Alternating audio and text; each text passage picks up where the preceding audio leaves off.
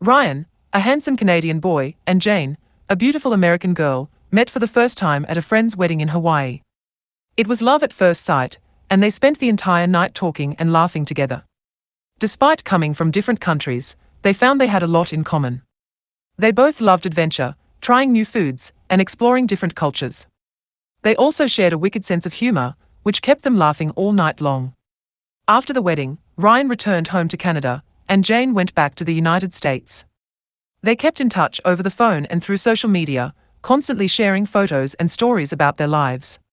One day, Ryan decided to surprise Jane by flying down to visit her in the United States. He arrived at the airport, nervous and excited to see her again. When he saw her waiting for him at the gate, he felt his heart skip a beat. But as he approached her, he realized there was one major difference between them: the way they pronounced certain words. Ryan had a thick Canadian accent, while Jane had a distinct American twang. They found themselves constantly correcting each other's pronunciation, which quickly turned into a hilarious game. They spent the rest of the day exploring the city, trying new foods, and laughing about their differences.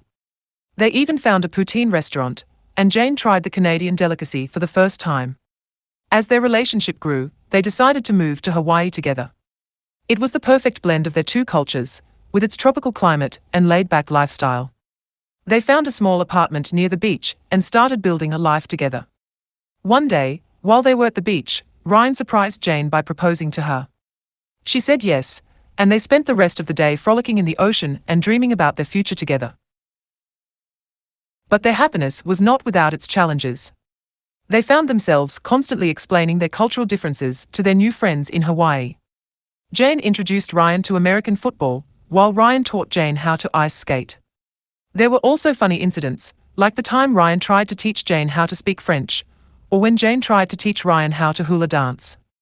They both found themselves laughing at their own mistakes and loving each other all the more for it.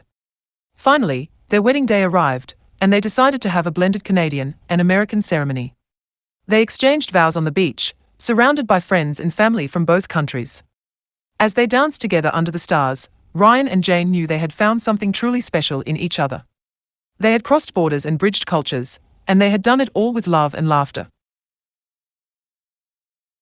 They were grateful for every moment spent in each other's company, and they knew that no matter where life took them, they would always be each other's home. Years passed, and Ryan and Jane's love for each other only grew stronger. They continued to explore and experience each other's cultures, and they even started a business together.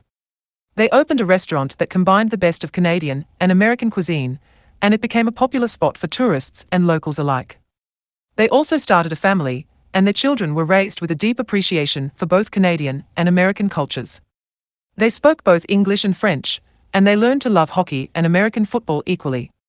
Despite their busy lives, Ryan and Jane always made time for each other. They still loved trying new things, and they often went on spontaneous trips to different parts of the world.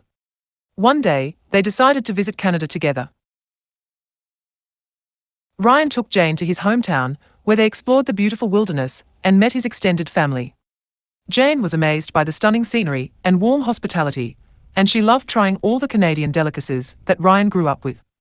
But as they were preparing to leave, Jane realized that she had left her passport in Hawaii. They frantically searched for a solution, but all the flights back to Hawaii were fully booked. In a moment of desperation, Ryan had an idea. He remembered that his family had a cabin in the wilderness, and he suggested that they spend the night there before figuring out a solution in the morning. Jane was hesitant at first, but she trusted Ryan and agreed to go with him. They drove deep into the woods, and as they approached the cabin, they realized that they were completely alone in the wilderness. At first, Jane was scared. She had never been in such a remote place before, and the darkness of the woods seemed to swallow her up. But as they settled into the cozy cabin, Ryan pulled out a guitar and started singing a romantic song. Jane was moved by Ryan's beautiful voice and the romantic lyrics, and she found herself falling in love with him all over again.